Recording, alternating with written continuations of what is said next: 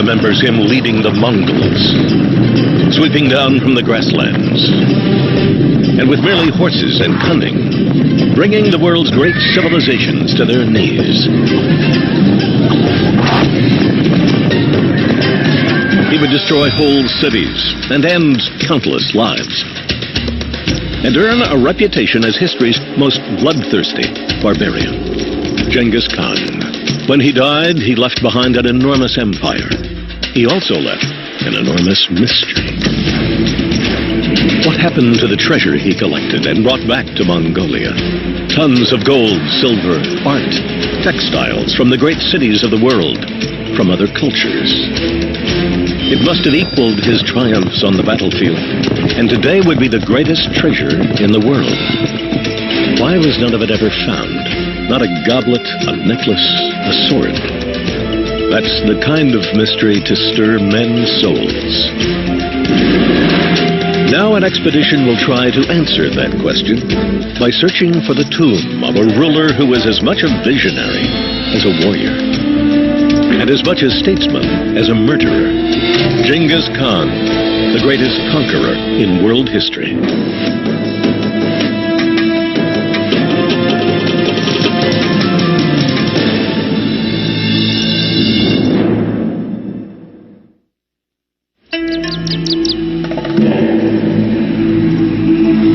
The Mongolian steppe looks just as it did 8 centuries ago.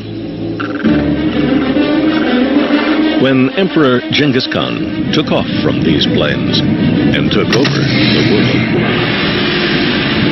This silent earth was once the center of a giant empire and the guardian of an enduring secret. A secret that 800 years later, scholars and scientists alike are still trying to solve. Certainly the mystery of Genghis Khan's tomb, that we don't know where he's buried, has inspired more than one searcher. And it's become one of the sort of Indiana Jones quest. Find Genghis Khan's tomb. Because there you will find the treasure of a world conqueror. At the time of his death in 1227, Genghis Khan was the most powerful person on earth. He had conquered half the known world in less than 20 years and built an empire larger than that of the Romans.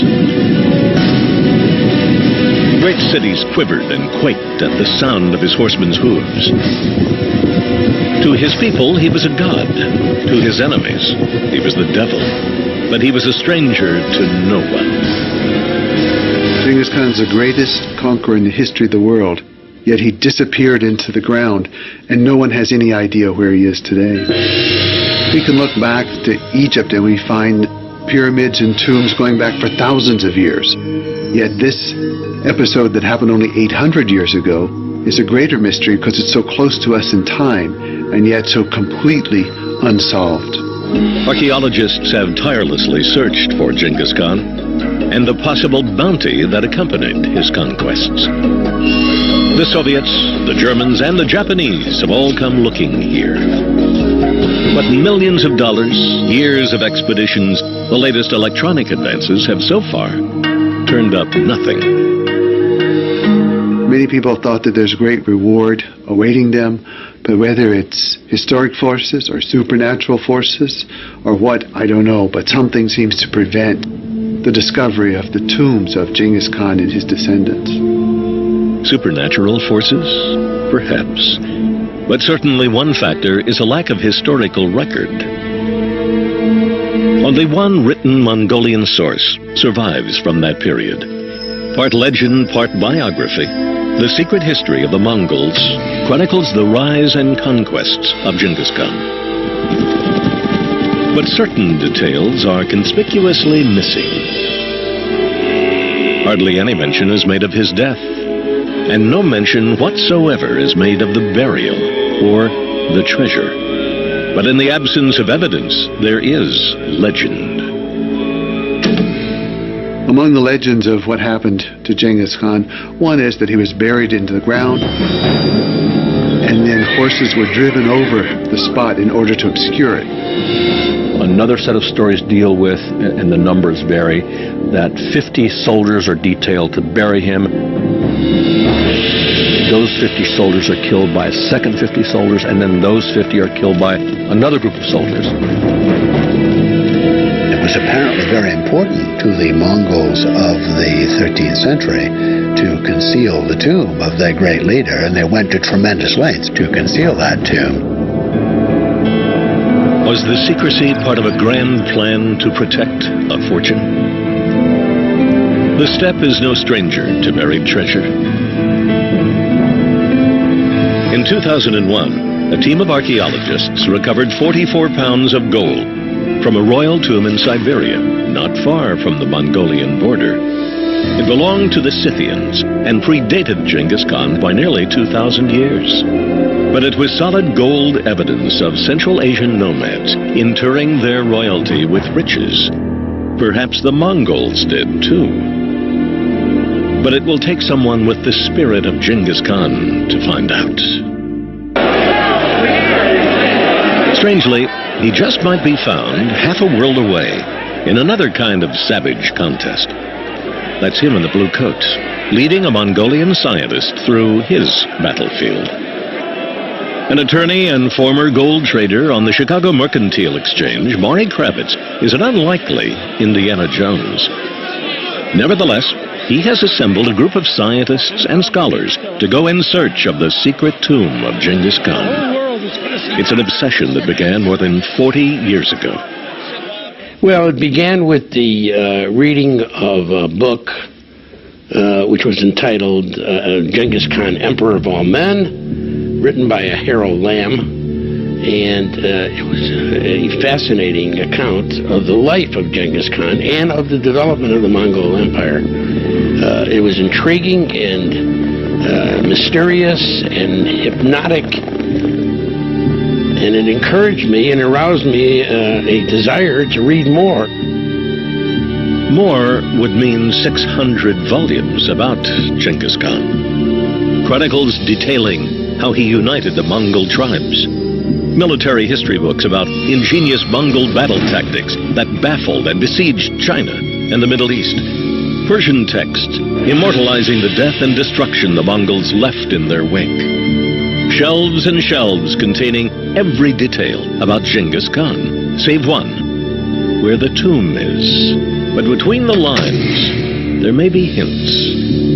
In the early 90s, Kravitz began to suspect that by piecing together small clues from various texts, he could zero in on the location of the tomb.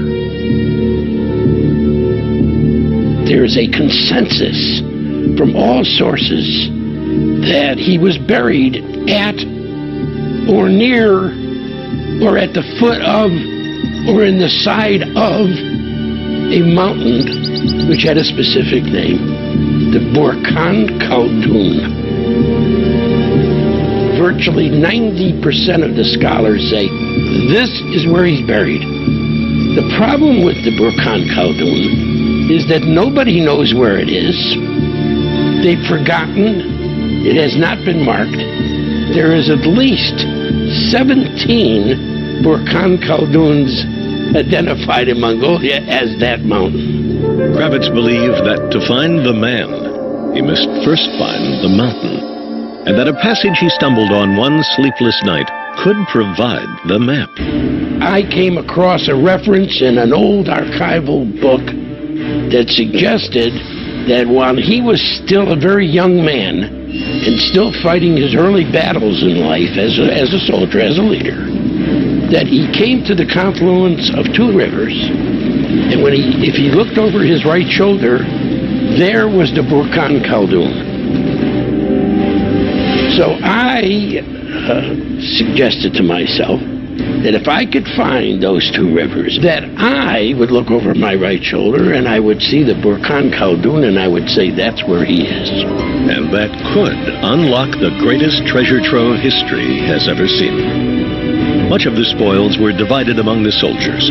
It was a kind of incentive pay. But none of it has been found either. The hordes brought it all back home on horseback and cart, never to be seen again. Perhaps Kravitz's theory is right, that it's all buried secretly with Genghis Khan himself. He conquered too much. He conquered half the world. And he removed the spoils from the cities and the governments and the countries, and they all flowed back to Mongolia. This we know. Those valuable gold, silver, gems, and other artifacts that came into his hands by virtue of his conquest, we know they were shipped to Mongolia, and it's still there. It has to be with him. Some scholars were intrigued by Kravitz's argument and his idea of an expedition. Among them, University of Chicago professor John Woods. What was interesting about it for me was not so much that I thought there was any chance of finding this, so-called needle in a haystack there.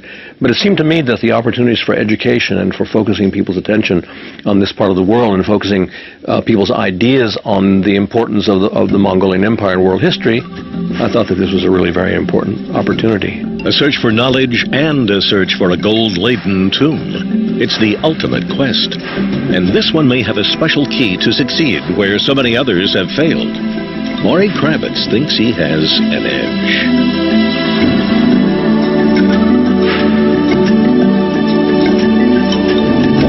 Together, Woods and Kravitz will travel thousands of miles and look back hundreds of years to a time when a fearless warrior from the steppe took the world by storm.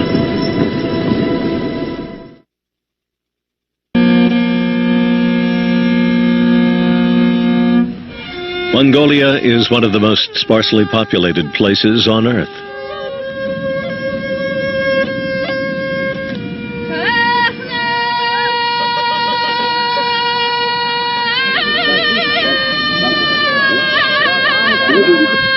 Locked between China and Siberia, it's a country the size of Alaska. Yet it only has one major city, the capital of Ulaanbaatar.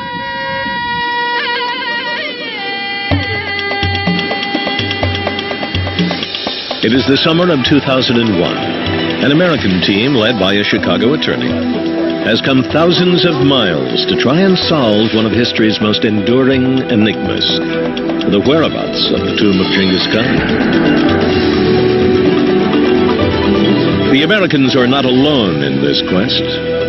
They've joined forces with the Mongolian Academy of Sciences to form the Genghis Khan Geo-Historical Expedition.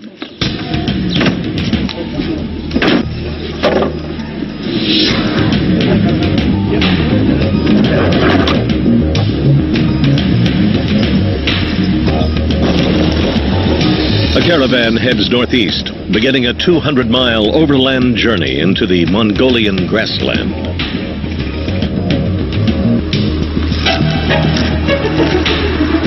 They stop to provision. Sure. And receive a blessing from a shaman.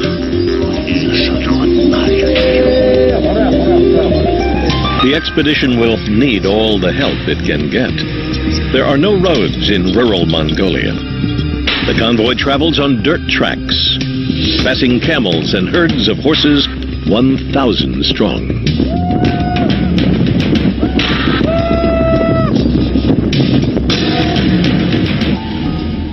And I don't think there's a day that goes by that you don't imagine what this was like 800 years ago with these people. I mean, even the way people live today, you can see remnants of that lifestyle. Very little has changed since Genghis Khan himself rode these hills 8 centuries ago. He lived in a yurt, just like the temporary tents that dot the countryside today. He learned archery well enough to hit a man with an arrow at 300 yards. And like these children competing in an annual 20-mile horse race, he learned to ride almost before he could walk.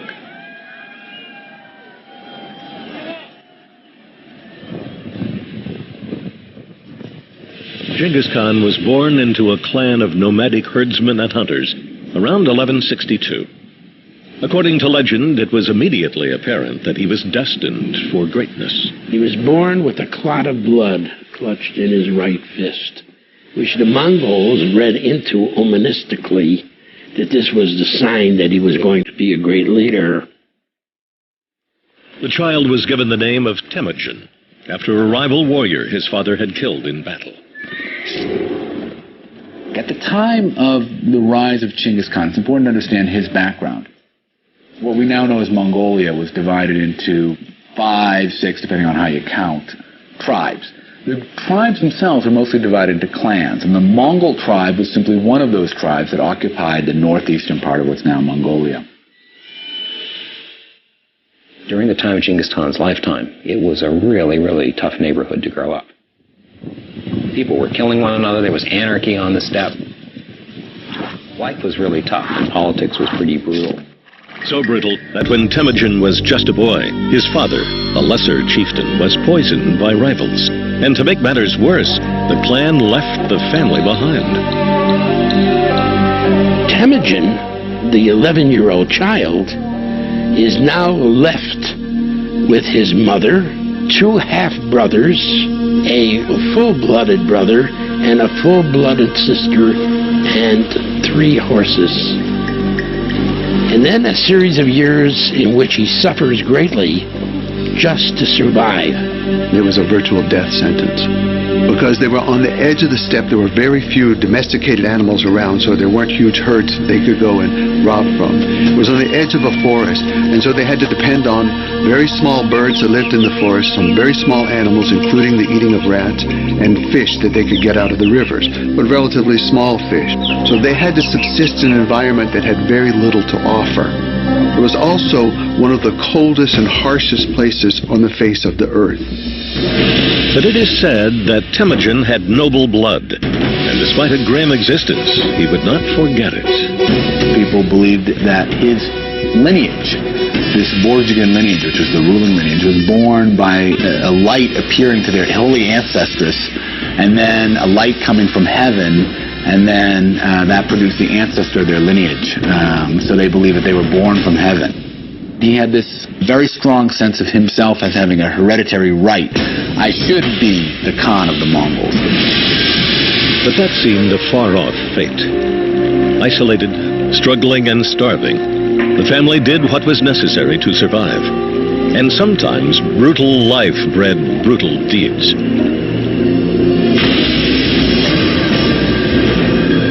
Temujin's father had had another wife who had 2 other sons, and one of those sons, Bektar, was just older than Temujin.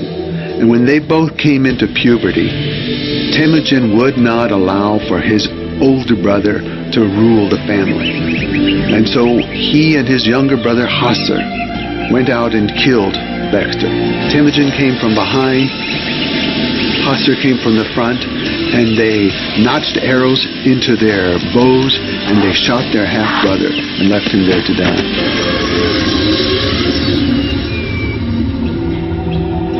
From an early age, Temujin had no qualms about shedding blood. His childhood would make him hardened and resilient, and his suffering would fuel his courage.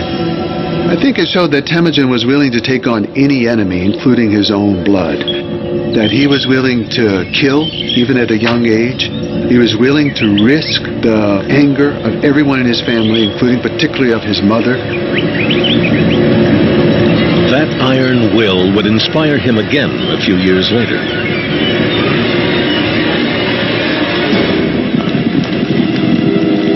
When he was still a young man, Temujin's wife, Borta, was abducted by a rival tribe, the Merkid. Kidnapping women from other tribes was commonplace. Temujin's own mother was herself taken by his father. But rather than accept Borta's disappearance, Temujin showed bravery beyond his years and swore to get her back. He took off his hat. He took off his belt. He prayed to the mountain, he prayed to the sky, and even though he didn't have a friend in the world, other than those few people who were there with him, even though he didn't have an ally anywhere, he decided he would find people who would help him, and he would get her back. So Temujin sent out a word to everyone that he could find who might help him. And together they formed an army, and they went to the Saline River in search of the Merkid people. With speed and stealth, the coalition tracked the Merkid and under the shroud of night raided their camp. The attack is a turning point for Temujin. He has now transitioned from outcast to player in tribal warfare. Once he had made allies, once he had made enemies, he would spend the rest of his life fighting with enemies, having old allies turn into enemies, turning enemies into allies. It was going to be a long struggle. And for the next couple of decades, he fought in these battles before he finally came to the conclusion that this will be an eternal life. This feuding will never stop unless I do something to stop it. And stopping that strife would be Temujin's first step in conquering the world.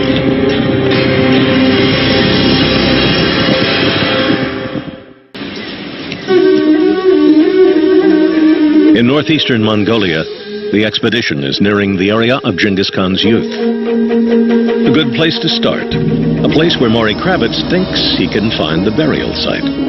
To uncover where the brutal warlord went into the earth, the team must first understand where he walked it. They must trace his footsteps back to the beginning. The Henty province borders the southern Russian border of Siberia in this area. But it's there that he was born, that he was ordained as the Genghis Khan, where he fought his early battles and was able to establish himself as the man that came forth to be the leader of all the Mongol peoples. And I believe very strongly that this is the place that he would have designated as his resting place also. Near the Henty Mountains and the Onan River is a sliver of land where the seeds of the Mongol Empire were planted, where a young man named Temujin began to fulfill a destiny, to become the greatest conqueror the world has ever known, Genghis Khan. Genghis Khan was born and grew up in this world of constant raiding, kidnapping of women, plundering of camps, stealing of all goods and animals. He grew up in that world, and he mastered it, and he triumphed within it after a couple of decades. He became the best at it, but he realized there was no end to it, that his children would be fighting the same battles. And I think it came with the maturity of age. He was no longer a young man by the time he recognized this. He was in his late 30s and early 40s, and he decided that he wanted to create peace on the steppes. But peace would only be won with war, and unity with bloodshed. He wanted to end the cycle of violence. His way of ending the cycle of violence, though, was to finally annihilate the other party so much that they will never, ever think of attacking us again. In 1202, the warrior, still known as Temujin, commanded his followers in a brutal war against their long-standing enemy, the Tatars. It's a particularly personal campaign for Temujin. The Tatars were his father's murderers. Temujin is merciless. They did away with all the people of that nation, of that tribe, who were higher than a lynch pole. Lynch pole is probably about 3.5, maybe 4 feet high. If you were higher, that means you were old enough to be a possible enemy. If you were smaller than that, then you could maybe be incorporated into our people. And that's what happened with the children. He certainly did decimate them. It's not that it's some sort of genocide and that he's trying to destroy the whole race, but he certainly destroyed all the people who were able to mount any kind of opposition to him. Eradicating the opposition was part of a strategic vision. He recognized that you can get the loyalty of common people very easily by giving them more justice than the people who had ruled them in the past had given them. But you can never win over the powerful. They will never be loyal to you. And so he began a policy then that he followed throughout his life of killing off the leaders of the old group and incorporating the followers into your own followers. In the absence of the old guard, Temujin broke down tribal structure and allegiances, and he promoted new authority from within the ranks. Genghis Khan came to power in a rather unusual way. That is that most nomad leaders come to power as the leaders of their own tribe. So what they tend to do is appoint their relatives. Genghis Khan tended to appoint only people that he knew personally. That it didn't matter that you might have been born a household servant, or you might have been born into an enemy clan, or that you weren't related to Genghis Khan. If he saw your particular talent, he promoted you. Temujin gradually organized a confederation of tribes, Mongol and non-Mongol. Often he was joined by choice, often by brute force.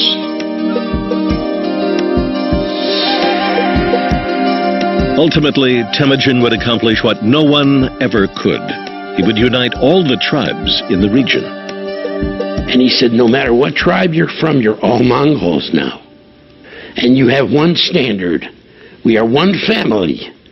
And I am putting you together in this effort so that we can go on to greater things. Most people focus on his conquests later, but of course those would not have occurred if he hadn't united Mongolia. And one of the things I'm impressed with was his ability to bring that off.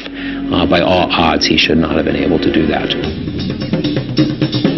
In 1206, near the foot of the Henty Mountains and the banks of the Onan River, the Mongols elected Temujin the leader of all men who live in felt tents. And they gave him the title that would live in infamy for centuries to come: Oceanic ruler, Genghis Khan.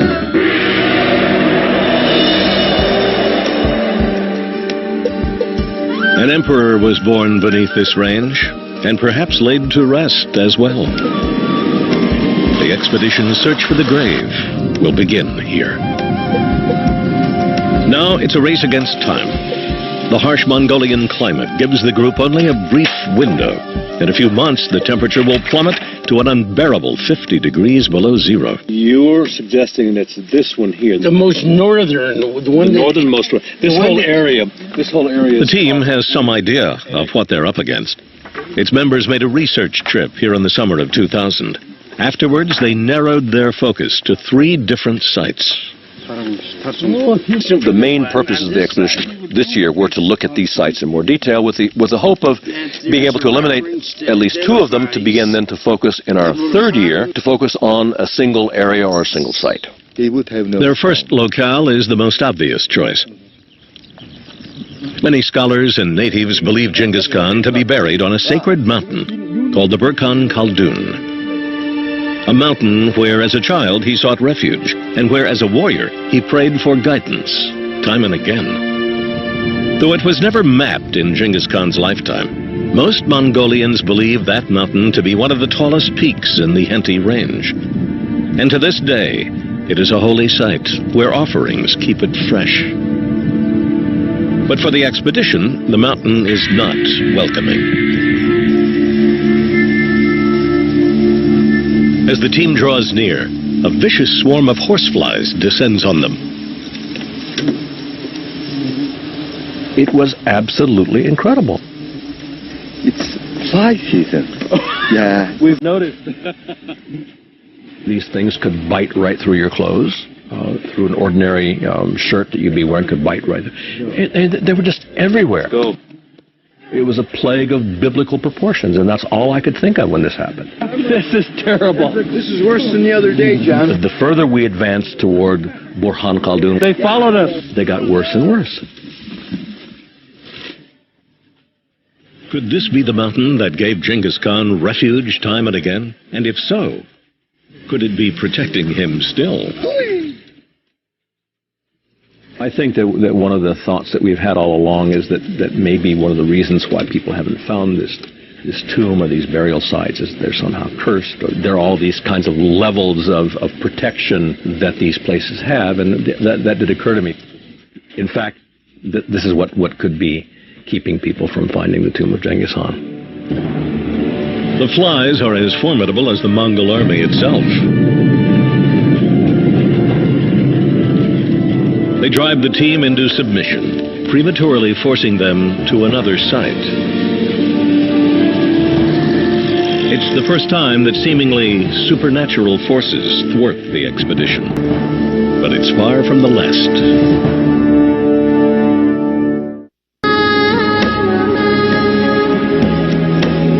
Outer Mongolia is taking its toll on the Genghis Khan geohistorical expedition. The team is witnessing firsthand the harsh reality of nomadic life. The yurts they're sleeping in offer little refuge from the elements. They're constantly breaking and setting up camp. And they're trying to stomach an unimaginable diet of mare's milk, marmot, and mutton. All parts of the mutton. Teeth. Mongols like it. What's inside? Oh, it's just the head? It's just head and the leg. Mongolians eat almost entirely an animal-based diet on milk and meat and cheese, and that's about it. Most of us have been brought up in societies that are based on agriculture. Here you have a society in which there is virtually no agriculture whatsoever. It's a very, very tough way of life. But it's the hard nomadic life on these unforgiving plains that gave Genghis Khan and the Mongols some of their greatest advantages in conquering the civilized world. There are all kinds of things built into the Mongolian way of life, much of which is still in place today, that points us to some of the qualities of those issues that were going to make the Mongols successful warriors, particularly when they were fighting against sort of very ponderous, heavy traditional armies. Think about nomadic life. What is it? It's coordinated movement. You can pack up your whole house, your entire economy, move it to another place and be back in operation in a few hours. Think about the advantages that gives any kind of army, because the difficulty of moving an army in a supply train are really horrendous. Easy mobility proved to be one of their greatest assets, and the simple sound of hooves, lots of them, was their most lethal weapon. The real key to their success was the number of horses. This was something that everybody marveled at. The average Mongol soldier would go into battle with at least 2 extra horses. Wealthier Mongols would go in with 4 or 5 horses, and so that also meant that they could move far quicker because they could ride on one. When it gets exhausted, they would get off, switch mounts, ride another, and keep on going at a very high pace. It wasn't just their numbers that confounded. It was the surprising strength and stamina of the steeds. The Mongols conquered the world not on the backs of thoroughbreds, but on short-necked ponies. The same scruffy beasts that roam Mongolia today.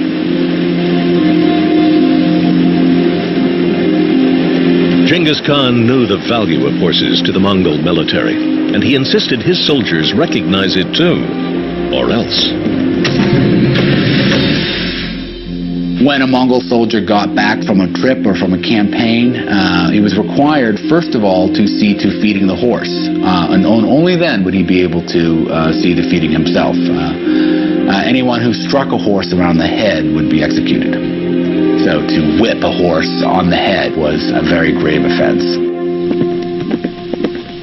Of course, horses were no good without riders. Even today, Mongolians are some of the best equestrians on earth. They get an early start.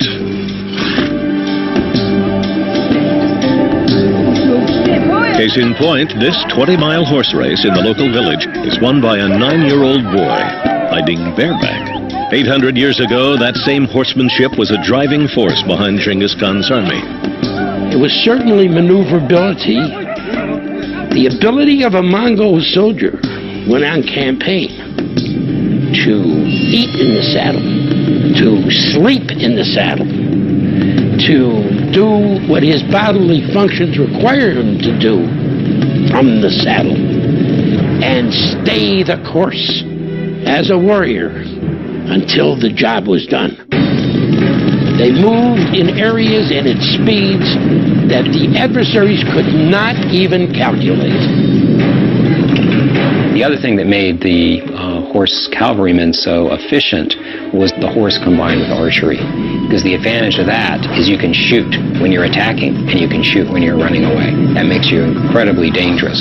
So the Mongols had this ability to literally pour archery fire into their opponents, wheel around, and go away. The Mongols carried composite bows, crafted with laminated wood and horn that packed twice the draw power of the English longbow. and could launch an arrow 100 yards farther. The powerful weaponry was coupled with unparalleled ability. The Mongols were incredible sharpshooters, a skill honed by years of hunting on the steppe. But hunts were not just target practice. They were exercises in teamwork and responsibility. The main hunts were group hunts that were organized as a kind of campaign against the animals. They would form a big circle that would cover an area, sometimes 20, 35, sometimes 100 kilometers wide. And each person would be responsible for their sector to make sure that no animals escaped from that sector. Then they would make a big circle and they would gradually draw it tighter until all the game was inside a small corral. Those were the good days. But at times when food was scarce, the soldiers would tap all their resources. They certainly did, on occasion, bleed their horses for food. They would cut into a vein and drink the blood. Nomadic life gave the Mongols the hearts of warriors, but not necessarily the mindset of world conquerors. They needed a leader to rein in raw talent. There were many other nomads, none of whom built an empire like the Mongols. Part of the brilliance of the Mongol strategies must have come from their inherent ability as nomads to conduct themselves in the field. But there were other things that Genghis Khan had implemented that came from him, from his own genius. Genghis Khan was a man of the 1200s, but he was a military strategist, centuries ahead of his time. It was almost a 20th century style army popped in the Middle Ages, which was one of the reasons it was so terrifying. It was organized on a decimal system. The smallest unit was 10, went up to 100, 1,000, and his largest units were 10,000. All of these worked in a coordinated fashion. Consequently, when Genghis Khan went on campaign, he was able to use these armies extremely effectively. It's very interesting that when the U.S. Army is talking about its future force today, when it envisions the type of force that it needs to have in 5, 10, 15 years, it tends to emphasize the exact characteristics that describe or explain how Genghis Khan's army was successful. They talk about mobility, having units that can move very quick, much faster than the enemy. They talk about situational awareness, understanding where our forces are, where the enemy is, the terrain, civil population, all of those things, so they can use those mobile forces to attack the enemy bit by bit. Genghis Khan orchestrated military assaults that centuries later were emulated by some of history's leading military geniuses. Assaults that continue to be studied to this day. Erwin Rommel, the leader of the German forces in North Africa, the Afrika Korps, was a very strong student of Genghis Khan battle tactics. George Patton, our own George Patton, in Europe used and modeled many of his tank maneuvers based on Mongol cavalry. And Mongol strategies and Mongol battle tactics are taught at most of the major military academies in this world. Sandhurst, St. Cyr, West Point. They are tactics intended to create confusion. Tactics such as the feigned retreat. The Mongols would skirmish with an enemy and then appear to be overwhelmed. They would withdraw, seemingly in defeat. Invariably, the people in the city, the fort, the other army, they thought they had won, and they come running out because they know the Mongols have riches with them. So they start chasing the Mongols, and the Mongols are running away, sometimes for 2 days, 3 days, 6 days, even just barely ahead of the pursuing army. Well, once they strung out the pursuers far enough, once the pursuers' horses were tired enough, the Mongols turned and attacked. Over and over and over, the feigned retreat worked for the Mongols. Such avant-garde maneuvers would render staggering success. During the life of Genghis Khan, in any battle that they fought with untold adversaries and countries and entities and sovereign states, the Mongol army never lost a battle. Virtually in every battle they fought, the Mongols were lightly to heavily outnumbered. How could this be? And what conqueror in world history can show that kind of credit? Can Julius Caesar say he conquered in every battle? Alexander the Great? Oh no, they had losses and plenty of them. Not this man. It's a winning streak that would begin with an old enemy. China would be the first of many to face the wrath of one of the most relentless and unconventional armies the world had ever seen.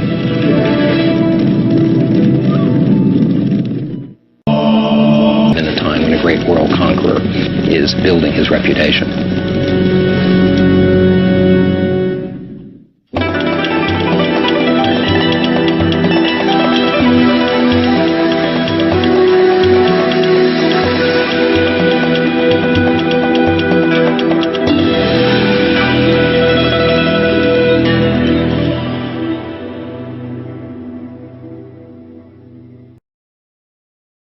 Searching for the tomb of a ruler who was as much a visionary as a warrior, and as much a statesman as a murderer.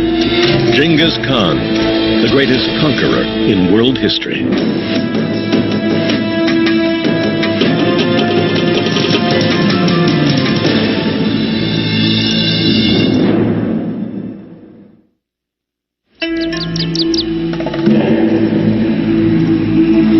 The Mongolian steppe looks just as it did 8 centuries ago.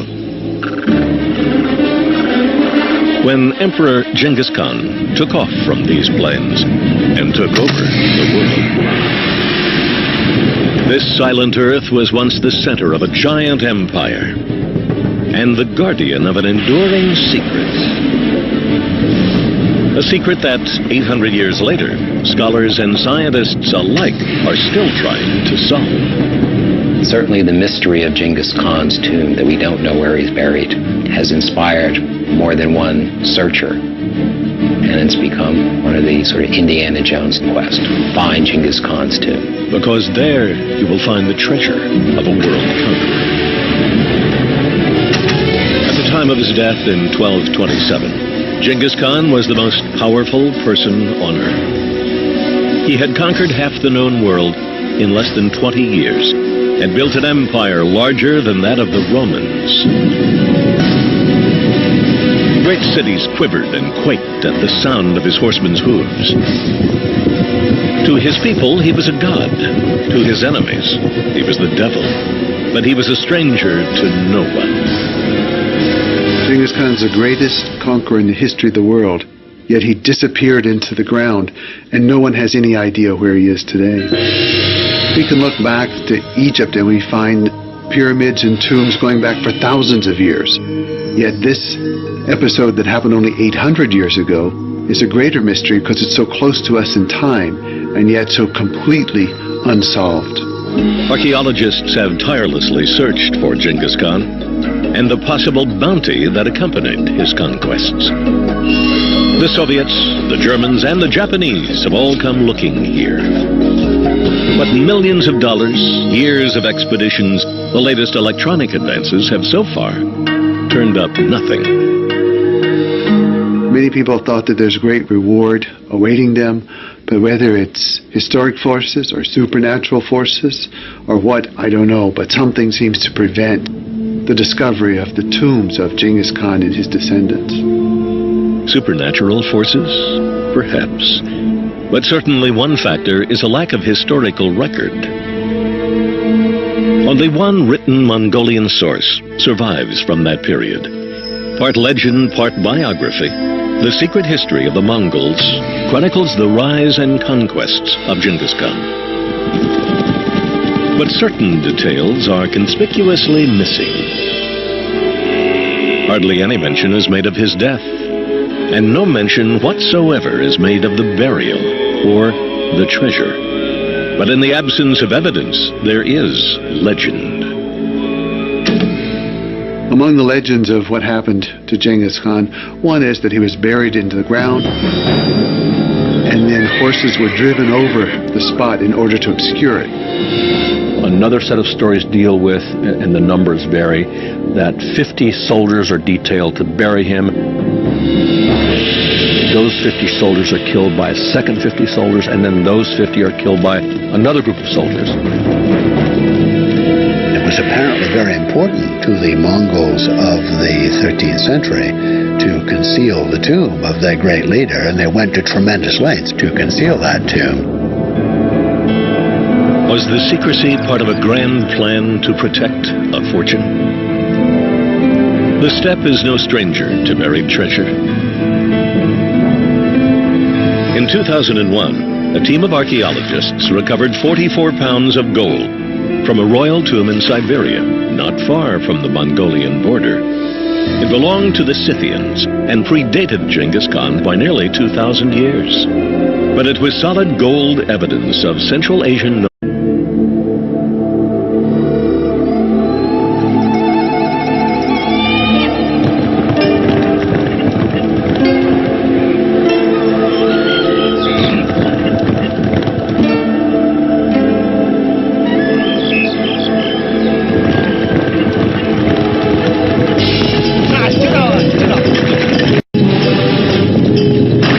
History remembers him leading the Mongols, sweeping down from the grasslands, and with merely horses and cunning, bringing the world's great civilizations to their knees.